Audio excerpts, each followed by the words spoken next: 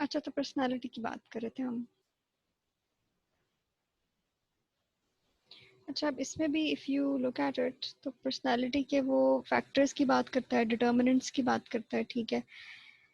It's one and the same thing, ठीक है। आप खुद सोचो, फैक्टर्स और डिटर्मिनेंट्स में कोई खास फर्क नहीं होता। व्हाट हैपेंस इज कि अगर आप बहुत ज़्यादा सिलेबस को देखना शुरू कर दोगे तो you will get upset thinking कि ये क्या सब चीज़ें हैं। तो मोर और लेस उसने सिलेबस को वर्ड इस तरह किया हुआ है, फ्रेज उसने ऐसे किया हुआ है कि लगता है कि शायद बहुत लेंथी चीजें हैं, ये हमने ये कवर नहीं की, हमें समझ में नहीं आ रही।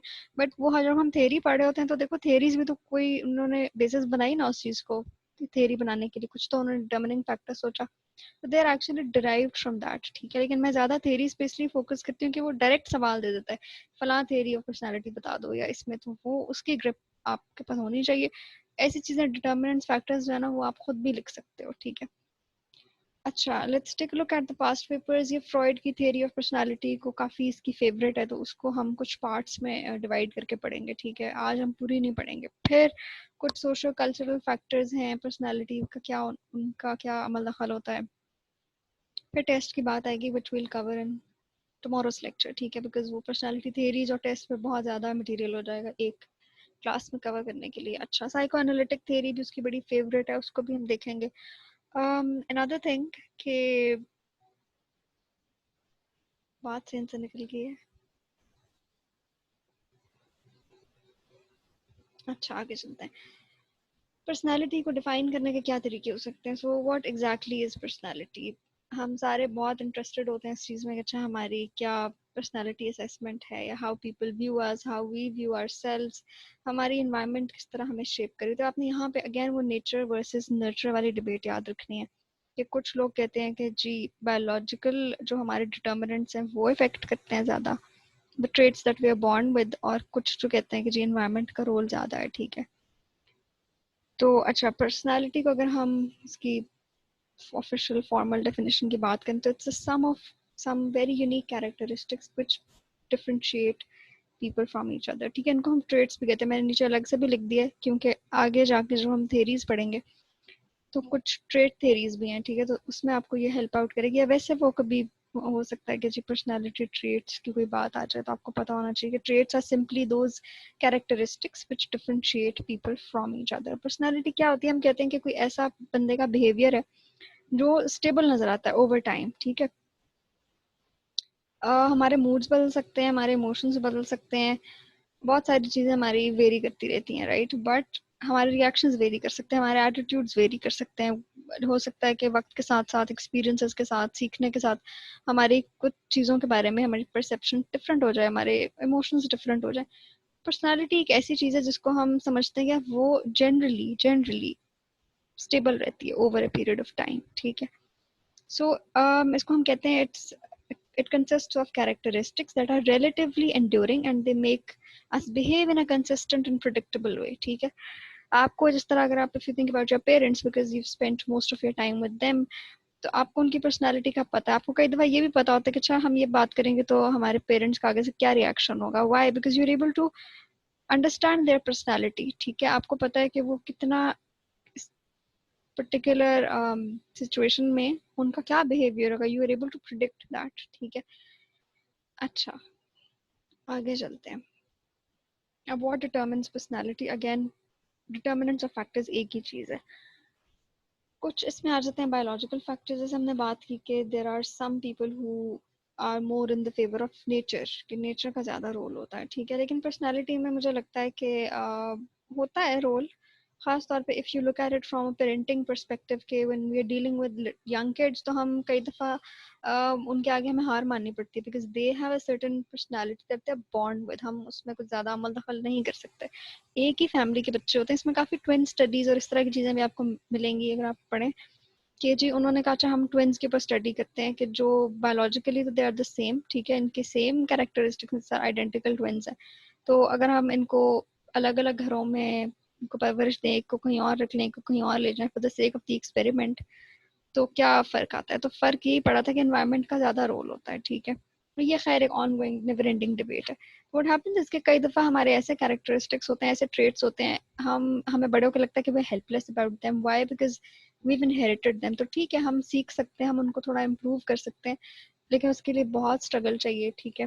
फॉर एग्जांपल इसमें हमारी कुछ ऐसी टेंडेंसीज आ जाती हैं, बिहेवियरल टेंडेंसीज, हमारा टेम्परामेंट आ सकता है, बीइंग शॉर्ट टेम्पर्ड, इस तरह की चीज़ें अक्सर जो है ना वो पेरेंट्स भी कहते हैं कि ये वाली तुम्हारी जो आदत है ये बिल्कुल तुम्हारे अब्बा पे है, so you know that sort of thing.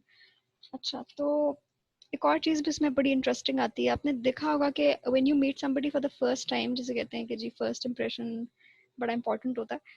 आपकी जो फिजिकल अपीयरेंस है, not how you carry yourself but generally जो आपकी इनहेरिटेड फिजिकल अपीयरेंस, आपके जो फेशियल फीचर्स हैं जिनका आप कुछ कर नहीं सकते, मतलब you don't have a role in to play in that, आपकी हाइट है, आपका कम्प्लेक्शन है, ये चीज़ें they also affect your personality to some extent. आपने देखा होगा जो टॉल ब्रॉड स्ट्रक्चर के लोग होते हैं, if they enter a room तो we feel a bit intimidated, ठीक है, तो हम कहते हैं इसकी पर्सनैलिटी है। तो कहीं ना कहीं कुछ एलिमेंट आपकी फिजिकल अपीयरेंस, ऐसे traits which you are born with, उनका भी इफेक्ट आता है, ठीक है। तो वो हमारे हो गए बायोलॉजिकल फैक्टर्स।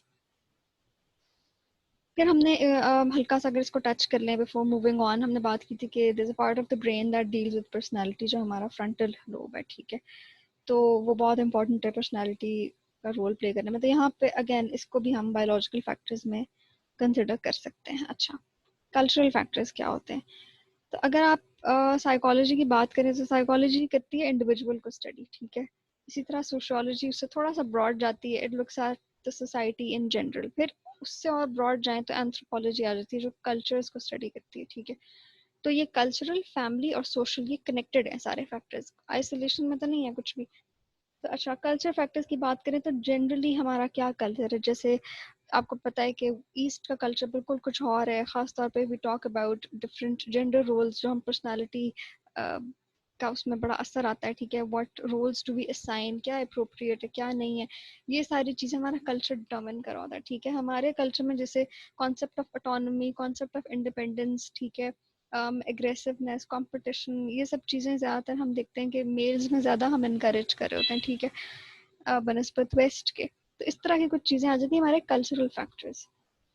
हमारे नॉर्म्स क्या है, हमारी जनरल एटीट्यूड क्या है सोसाइटी के अंदर, ठीक है, कुछ स्टीरियोटाइप्स बने हुए हैं, वो सब चीज़ें। फैमिली फैक्टर्स क्या होते हैं? सिंपली जो हमारी इमीडिएट फैमिली है उसका क्या रोल था हमारे इसमें, सबसे इम्पोर्टेंट आ जाती है पेरेंटिंग। हमारे बायोलॉजिकल मदर फादर, उनके साथ हमारा किस तरह का रिलेशनशिप है, what values have they inculcated in us, ठीक है। उसके बाद इसमें हमारा घर का एनवायरनमेंट आ जाता है। जिस तरह ब्रोकन होम्स होते हैं तो ऑब्वियसली हम कहते हैं जिस तरह के बच्चों पे नेगेटिव इफेक्ट होता है, उनकी पर्सनालिटी, आपने आम सुना होगा कि जी जो इस तरह के डिवोर्स्ड कपल्स हैं या सेपरेशन है तो उसमें बच्चों पे बड़ा बुरा असर पड़ता है, ठीक है। They develop certain problems in their personality. तो ये आ गए फैमिली फैक्टर्स, ठीक है। इसमें हमारे सिबलिंग्स के साथ रिलेशंस आ जाते हैं, हमारी सिबलिंग राइवलरीज आ जाती हैं। अक्सर आपने देखा होगा जो मिडिल चाइल्ड होता है उसके इस तरह के मसले होते हैं कि जी वी आर नेग्लेक्टेड, ठीक है। हमारा वो उनको लगता है कि हम फैमिली में वो थे, लॉस्ट चाइल्ड उसको कहते हैं, लॉस्ट चाइल्ड सिंड्रोम, इस तरह की चीज़ें, ठीक है। या फिर ऑफ कोर्स बर्थ ऑर्डर का भी बहुत इंपॉर्टेंस है इसके अंदर। आगे जाके हम देखेंगे कौन सी थ्योरी जो है वो फैमिली फैक्टर्स को ज़्यादा एम्फेसिस देती है, कौन सी बाकी चीज़ों को, ठीक है। अच्छा, फिर आ जाते हैं सोशल फैक्टर्स। अब सोशल जो है वो अगेन फैमिली से थोड़ा सा बाहर निकल के अगर हम अपनी इंटरेक्शंस देखें, जिस तरह की टॉक अबाउट अ चाइल्ड, तो उसका जो वर्क सॉरी वो जो है स्कूल में जो इंटरेक्शन हो रहा है उसकी एक्सटेंडेड फैमिली के साथ, नेबर्स के साथ, जो भी उसका सोशल सर्कल है बच्चे का, ठीक है, वो बहुत इंपॉर्टेंट रोल प्ले कर रहा है। हम कहते हैं ना कि बच्चे को जो है उसकी कंपनी का बहुत ध्यान रखो, shouldn't play with other kids जो उससे थोड़े बड़े हैं, उसकी पर्सनैलिटी पर अच्छा असर नहीं पड़ेगा। ये सारी चीज़ें आ जाती है हमारे सोशल फैक्टर्स के अंदर, एक्सटेंडेड फैमिली आ जाती है। अच्छा, फिर आते हैं सिचुएशनल फैक्टर्स। अब ये डील करते हैं ऐसी चीज़ों से जो कि एनवायरनमेंट में एग्जिस्ट कर रही है, ठीक है। हम कहते हैं कि यार कई दफ़ा व्हाट हैपेंस इज कि आपकी पर्सनालिटी तो एक तरह की है। आवाज ही नहीं आ रही मैम। मेरी आवाज़ नहीं आ रही? अब आइए, वो सिचुएशनल फैक्टर्स आपने अच्छा, पढ़ाना शुरू किया तो आप ओके ओके। अच्छा, सिचुएशनल फैक्टर्स ऐसे फैक्टर्स हैं that exist in the environment, ठीक है, जो एक्सटर्नल फैक्टर्स हैं। ऐसी सिचुएशंस, कुछ चीज़ें ऐसी होती हैं जो हमारी वो सर्टन पर्सनालिटी ट्रेट एक सिचुएशन में जाके ज़्यादा मैनिफेस्ट हो रहा होता है, ठीक है। Like for example may be हम अपनी डेली लाइफ में इतने वोकल या इतने कॉन्फिडेंट ना हो, ठीक है, बट कोई इस तरह का अगर मौका आ गया जहाँ पे we have to maybe cover for somebody, हमने किसी की तरफदारी करी तो हम वहाँ पे शायद बड़े असर्टिवली बोल लेंगे, पीपल विल बी सरप्राइज्ड कि ये क्या था। बट वहाँ पे एक सिचुएशन ऐसी थी जो डिमांड कर रही थी कुछ हमारे पर्सनैलिटी में से कोई ऐसे बिहेवियर, कोई ऐसा ट्रेट। तो ये हो जाते हैं सिचुएशनल फैक्टर्स। अब इसमें बात यही है कि इंसान को हम आइसोलेशन में नहीं समझ सकते, ठीक है ना, उसकी पर्सनालिटी आइसोलेशन में बनती है। आप लोगों ने बचपन में वो देखी होगी मूवी या स्टोरी पढ़ी होगी, जंगल बुक, द मोगली वाली, ठीक है, कि this boy was taken away from his family और वो एक एनिमल्स के साथ रह रहा है, तो उसकी एक बिल्कुल डिफरेंट पर्सनालिटी इमर्ज हो गई, ठीक है। तो उसके सिचुएशनल फैक्टर्स बहुत डिफरेंट थे। अच्छा, आगे चलते हैं।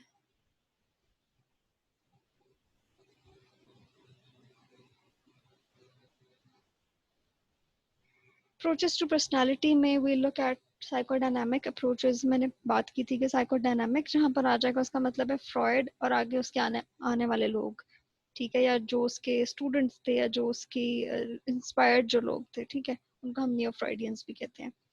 अगर सिर्फ साइको एनालिटिक की वो बात करेगा तो you just have to discuss Freud की थ्योरी, ठीक है।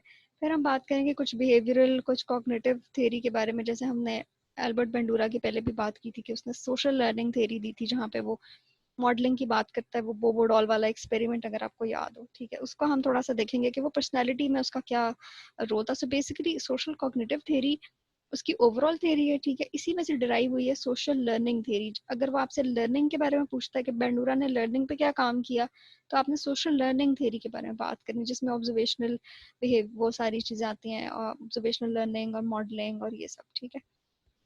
अगर वो आपसे जनरली पूछ लेता है कि बेंडूरा की पर्सनैलिटी के हवाले से क्या काम था, तो you have to talk about the social cognitive theory, ठीक है। फिर ह्यूमनिस्टिक मॉडल में हमने मैस्लो और रॉजर्स की बात की। मैस्लो की थ्योरी आपको अब तक याद हो जानी चाहिए। We talked about that pyramid multiple times, जिसमें there were basically his hierarchy of needs. तो हमने उसको मोटिवेशन के एंगल से भी देखा कि अच्छा किस तरह ह्यूमन नीड्स जो है वो कैटेगराइज हुई है इन अ हायरार्की। और अब हम उसको देखेंगे पर्सनैलिटी के मॉडल से, ठीक है, कि what really makes a person achieve that self actualization, ठीक है। फिर हम कुछ ट्रेड थ्योरीज की बात करेंगे टुमारो, ठीक है, बिकॉज आज ये तीनों ही काफी सब्सटैंशियल है। Okay, psychodynamic approach. So we're going back a few lectures and we'll talk about the unconscious processes, ठीक है। आपको याद होगा हमने बात की थी कि जी माइंड जो है उसका एक सबकॉन्शियस पार्ट है, एक अनकॉन्शियस पार्ट है वगैरह वगैरह, ठीक है, और उनका क्या रोल होता है। हमने साइकिक डिटर्मिनिज्म और इंस्टिंक्ट्स और इन चीज़ों की बात की।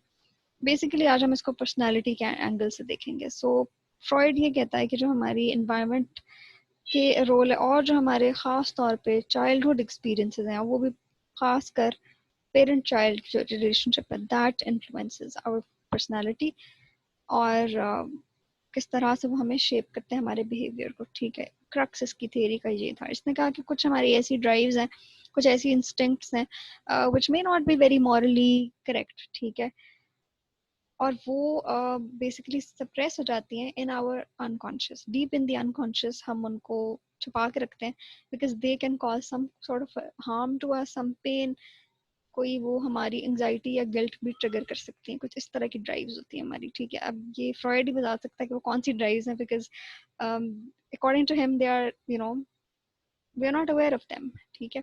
अब वो किस तरह एक्सप्रेस होती है, ये बहुत इंटरेस्टिंग चीज़ है। पहले हमने बात की थी कि वो ड्रीम्स के थ्रू एक्सप्रेस होती हैं, वो कुछ हमारी बिहेवियर्स में मैनिफेस्ट हो सकती हैं, बट नॉट डायरेक्टली, ठीक है। अब हम देखें कि कैसे। पहले देख लेते हैं कि उसकी पर्सनालिटी का स्ट्रक्चर क्या था। उसने कहा कि जो पर्सनालिटी है या जो हमारा माइंड है, that is consisting of id, ego and super ego. ये आपको समझ आ गई तो आपको आगे वाली चीजें आसान लगेंगी, ठीक है। So basically there are three elements. पहली चीज है इड। इड क्या है? उसने कहा इड जो है ना वो हमारी बेसिक ड्राइव्स हैं, जो कि we want them right in the moment, ठीक है, वी कैन नॉट वेट। जिस तरह उसने कहा था कि जो बच्चे होते हैं छोटे, उनके अंदर जो इड वाला प्रिंसिपल है वो बहुत ज्यादा सुपीरियर होता है, ठीक है, because they don't have a concept कि अच्छा ये चीज। आपने देखा होगा बहुत छोटा जो बच्चा होता है, आप if he is hungry, if asking for milk, आप उसको अगर फीडर बना भी रहे हैं तो उसको वो नहीं ये असेस कर सकता कि अच्छा अब मुझे थोड़ी देर चुप कर जाना चाहिए या वो सब्र कर ले या उसको समझ आ जाए। No, he needs it now, ठीक है। या मतलब बच्चों में पेशेंस का कॉन्सेप्ट नहीं होता, राइट।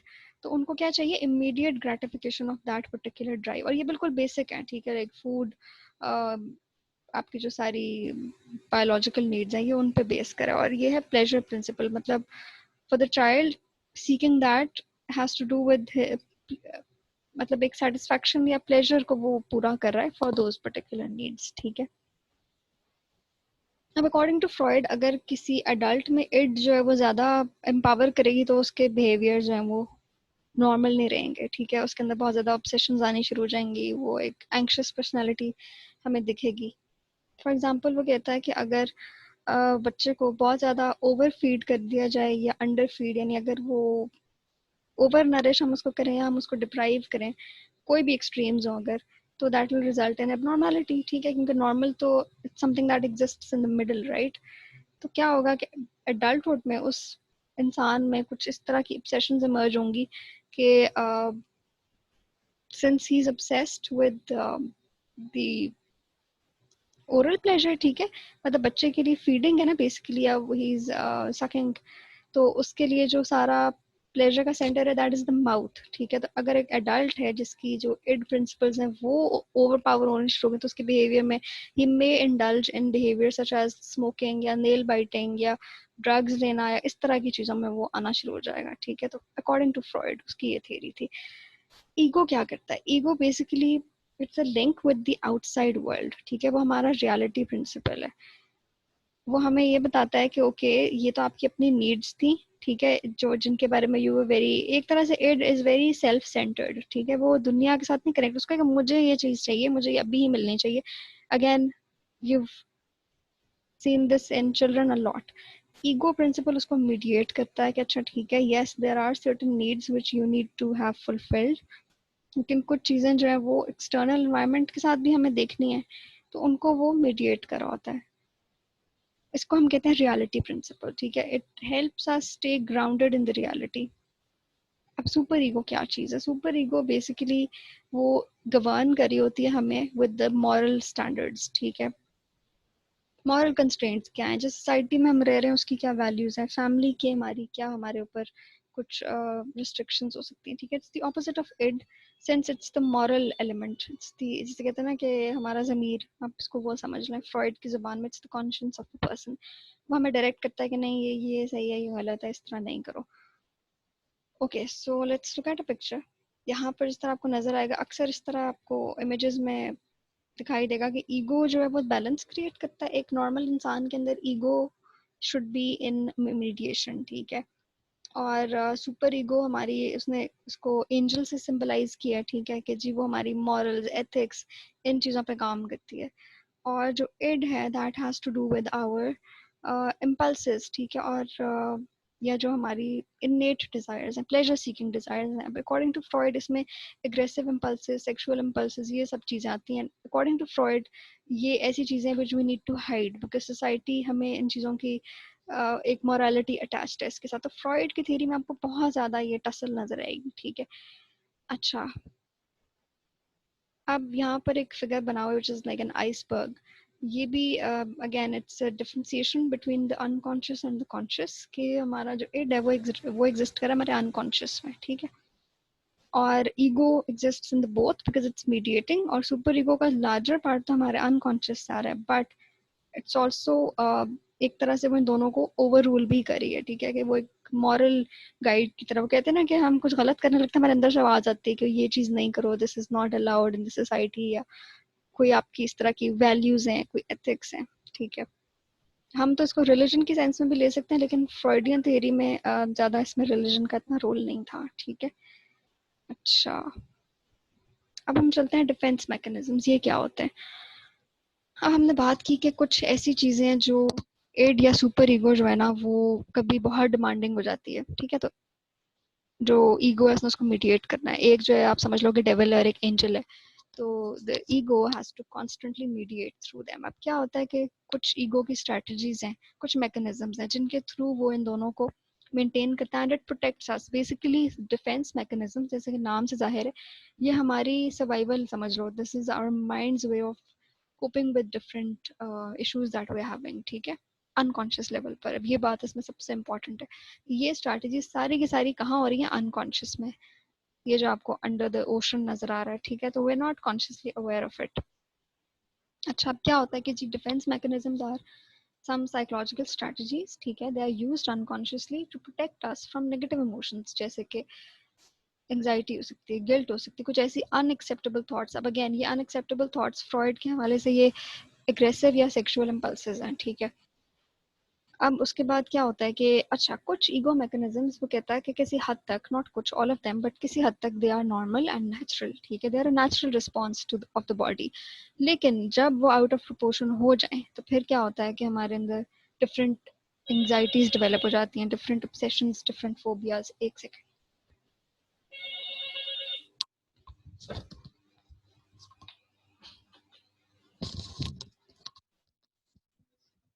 अच्छा, ओके, सो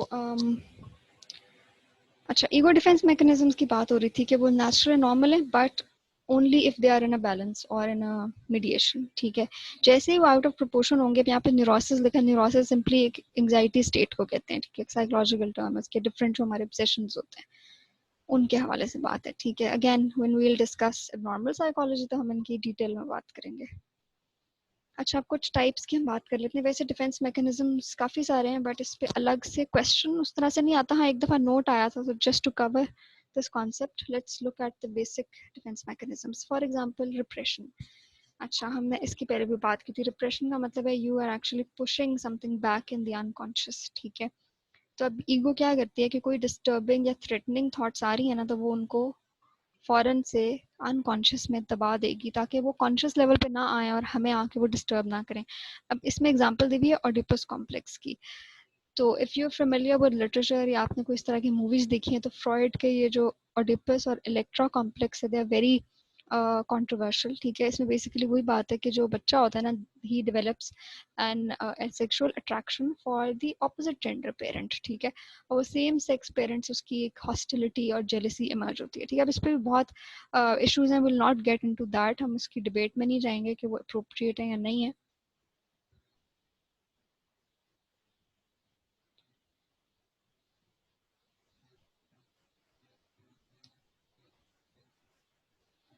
आप लोग प्लीज लेक्चर पे कॉन्सेंट्रेट करें, आपको स्लाइड्स मिल जाएंगी, so don't worry about taking the screenshot. Okay, अच्छा जी, वहाँ थे हम, हाँ जी, ओडिपस एंड इलेक्ट्रा कॉम्प्लेक्स। तो उसमें क्या होता है कि कुछ एग्रेसिव थॉट्स आपकी आ रही हैं टुवर्ड्स सेम सेक्स पेरेंट। तो according to Freud, what your ego is going to do, ego उस सारी जो आपकी डिस्टर्बिंग या अजीब व गरीब थॉट्स हैं उनको वो रिप्रेस कर देगा, राइट। डिनायल क्या होता है, डिनायल ऐसा है कि वो कोई ऐसे एक्सटर्नल इवेंट्स हैं जो कि बहुत ही पेनफुल हैं, खास तौर पे for a child, because let's face it कि पर्सनालिटी जो है वो बचपन से ही डेवलप होनी शुरू हो जाती है। तो क्या करती है ego, it starts to block those external events from our awareness, ठीक है।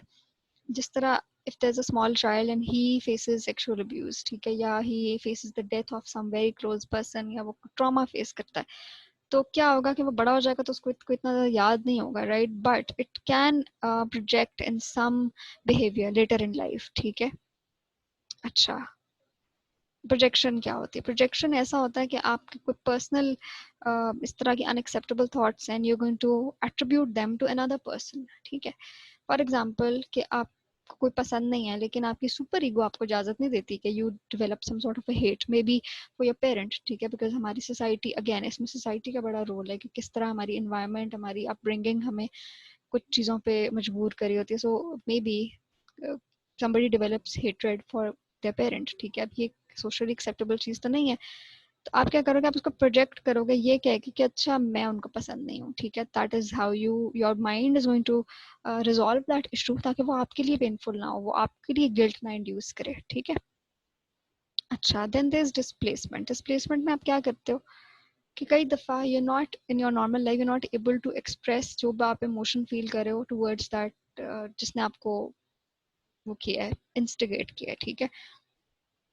आप क्या करते हो कि आप अपनी उस एग्रेशन को, उस इम्पल्स को, उस इंस्टिंक्ट को you substituted towards a weaker target. जिस तरह अगर आपकी बच्चा है, ठीक है, उसको उसकी मदर ने डांटा है, तो वो अपनी मदर को तो नहीं कुछ कह सकता, तो वो क्या करेगा, वो छोटे बहन भाई को जाके कुछ तंग करेगा, ठीक है, या वो अपने किसी टॉय को जाके खराब कर देगा, ठीक है, यानी जो उसके इख्तियार में है। लाइक इसकी एग्जांपल बड़ी इंटरेस्टिंग ये भी है कि जो मेल है वो बाहर से आ रहा है, may be he didn't have a good day at work, ठीक है, उसके बॉस से कोई झगड़ा हो गया, तो वो आके अपनी बेगम पे गुस्सा निकालेगा, ठीक है, बिकॉज उसके लिए वो वल्नरेबल टारगेट है।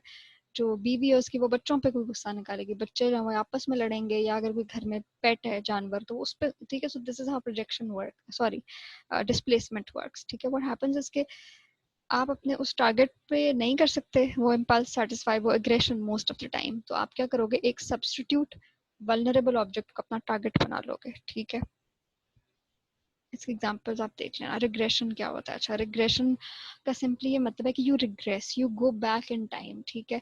तो क्या होता है कि again will take the example of a child, if a child has crossed some developmental stage, यानी कि डेवलपमेंटल स्टेज से मतलब कि अगर वो 6 महीने का था तो वो बैठ रहा था, ठीक है, 9 महीने का हो गया तो क्रॉल करने लग गया, साल का हो गया तो चलने लग गया, ये उसके डेवलपमेंटल माइलस्टोन्स थे, ठीक है। अगर वो एक सर्टेन एज पे पहुंच गया है और वो काम कर रहा है, टॉयलेट ट्रेन हो गया है, या चलना शुरू कर दिया उसने, regression में he'll go back to a previous developmental stage due to some internal conflict जो वो express नहीं कर सकता, that is unconscious, ठीक है। हो सकता है वो किसी stress में हो, anxiety हो, उसको किसी चीज की fear हो, कोई भी ऐसी negative उसका emotion हो, ठीक है। तो he'll go back in that time। जैसे आपने अक्सर देखा होगा कि बच्चे जो हैं जब वो स्कूल जाना शुरू करें तो they start waiting the bed, अच्छे भले टॉयलेट ट्रेंड बच्चे होंगे, वो अजीब बिहेवियर शुरू कर देंगे। या जैसे घर में नया बच्चा आ जाए, जब सेकंड बेबी जब आता है, तो बड़ा बच्चा अजीबोगरीब हरकतें करता है, ठीक है, अच्छा वाला चलता है, वो बच्चा क्रॉलिंग शुरू कर देता है, आप कहते हैं इसको क्या हुआ है, हम आम जबान में कहते हैं अटेंशन सीख कर रहा है, ठीक है, but he is not doing it consciously. अगर आप उसको डांटेंगे उस वक्त या आप उसको डिसिप्लिन करेंगे तो he wouldn't be able to understand, ठीक है, इतना तो वो प्रोसेस नहीं कर सकता। ये तो अडल्ट्स को भी नहीं इस चीज की समझ में आती, unless you go and seek therapy and all of that. तो ये इतनी आसान चीजें तो नहीं है, तो इसलिए ये सब कहाँ हो रही होती है, अनकॉन्शियस के अंदर, we are not consciously aware of it. सिर्फ हमारे माइंड का एक मैकेनिज्म है हमें डिफेंड करने का towards from the negative emotions, ठीक है। सब्लिमिनेशन क्या होती है? You attach your negative emotion with something very Sublime, ठीक है, जैसे एक बहुत ही सोशली एक्सेप्टेबल कोई चीज, इसमें प्रो सोशल चीजें भी आ सकती हैं या बड़ी अल्ट्रुइस्टिक बातें भी आ सकती हैं, ठीक है। लाइक फॉर एग्जांपल आपने ये अक्सर मूवीज में देखा होगा कि एक बंदा सीरियल किलर है, ठीक है, रेपिस्ट है, कोई उसने मर्डर्स किए, फिर जाके वो ऐसे ऐसे काम करेगा सोसाइटी को बेनिफिट करने के लिए, why he is trying to remove that guilt and do something which will erase it, ठीक है, एक तरह से आप उसको अंडू करने की कोशिश करते हैं। तो you try and do something constructive to sort of distract yourself जो आपके कुछ नेगेटिव बिहेवियर्स हैं। तो अब अगेन सुपर ईगो तो है उसकी, if he is a serial killer और अ रेपिस्ट और अ मर्डरर, तो सुपर ईगो तो उसकी एग्जिस्ट कर रही है ना कहीं उसको गिल्ट भी होता होगा, पिंच भी करती होगी। तो वो क्या करेगा, उसकी ईगो फौरन अंदर आ जाएगी उसको बैलेंस करने के लिए, बिकॉज ईगो का काम है मीडिएट करना, और ईगो डिफेंस मैकेनिज्म्स को एक्टिवेट करेगी कि अच्छा ठीक है, तुम ना सब लिमिनेशन की तरफ जाओ, देखो तुम कितने अच्छे इंसान हो, तुम तो लोगों का भला कर रहे हो, वो ऐसे वॉलंटियर एक्टिविटीज करेगा, but he is not consciously aware of it, ठीक है, कि वो ये क्यों कर रहा है। समझ में आ गई बात?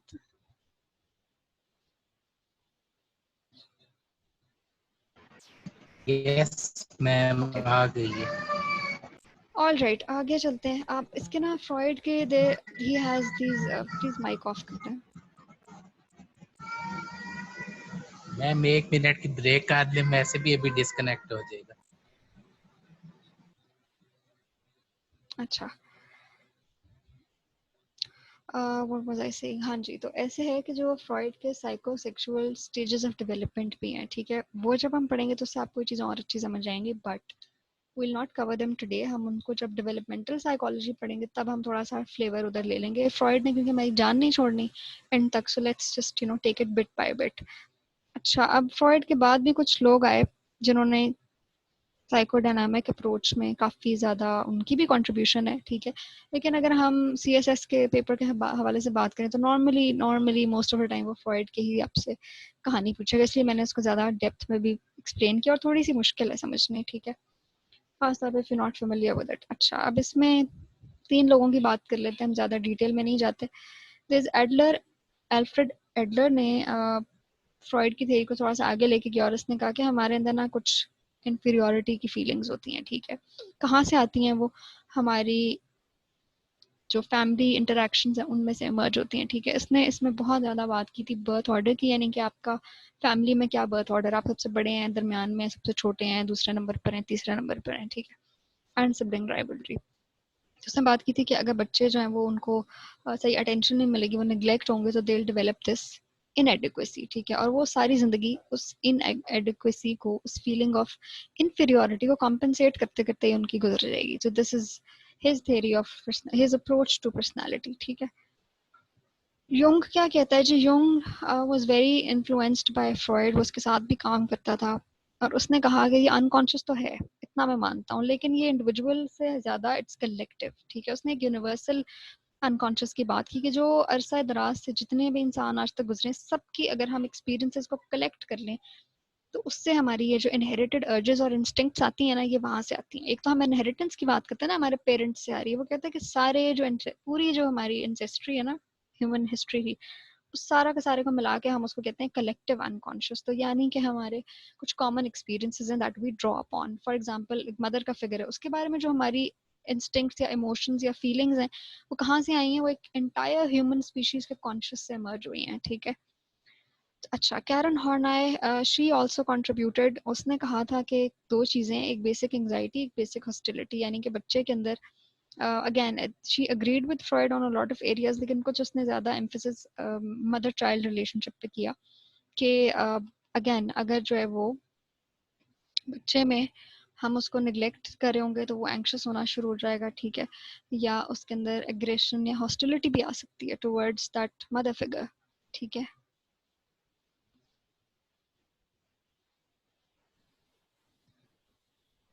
अच्छा, अब ये डिस्कनेक्ट हो जाएगा, तो फिर व्हेन वील रिकनेक्ट तो हम फिर इसको कैरी ऑन करेंगे, ठीक है।